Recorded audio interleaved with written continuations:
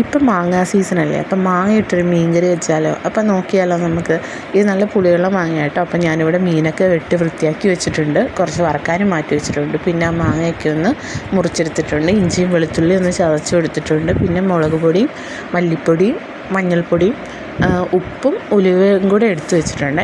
പിന്നെ ഒരു ചട്ടി ചൂടാവാനും വെച്ചിട്ടുണ്ട്. ആ ചട്ടി ചൂടായതിന് ശേഷം ഞാനതിലേക്ക് കുറച്ച് എണ്ണ ഒഴിച്ച് കൊടുക്കുന്നുണ്ട്.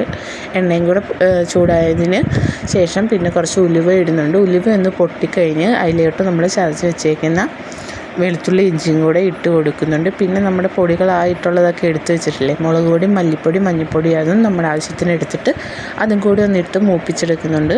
പിന്നെ വെള്ളം ഒഴിച്ച് കൊടുക്കുന്നുണ്ട് കേട്ടോ.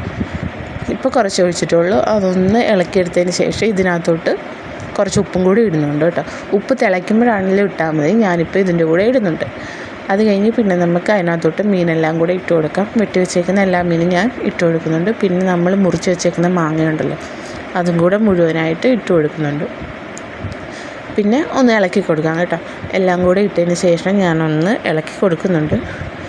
പിന്നെ ഇച്ചിരി വെള്ളം കൂടെ ഒഴിച്ച് കൊടുക്കുന്നുണ്ട്. നമ്മുടെ അതൊന്ന് വെന്ത് വരേണ്ട ഇതിന് വേണ്ടിയിട്ട് കുറച്ചും കൂടെ വെള്ളം ആവശ്യത്തിന് ഒഴിച്ച് കൊടുക്കുന്നുണ്ട്. പിന്നെ നമുക്കൊന്ന് മൂടി വയ്ക്കാം. ഇടയ്ക്കൊന്ന് തുറന്ന് നോക്കണേ, തിളയ്ക്കുമ്പോഴൊക്കെ ഉപ്പുണ്ടോ എന്നൊക്കെ അറിയാം. അപ്പം നമ്മുടെ കറിയൊക്കെ ഏകദേശം സെറ്റായി തിളച്ച് നന്നായിട്ട് പറ്റി വന്നിട്ടുണ്ട്. അപ്പം നമ്മുടെ കറിയൊക്കെ സെറ്റായിട്ടുണ്ട്. അപ്പോൾ എല്ലാവരും ഒന്ന് ട്രൈ ചെയ്ത് നോക്കണം. പിന്നെ എൻ്റെ ചാനലും കൂടെ സബ്സ്ക്രൈബ്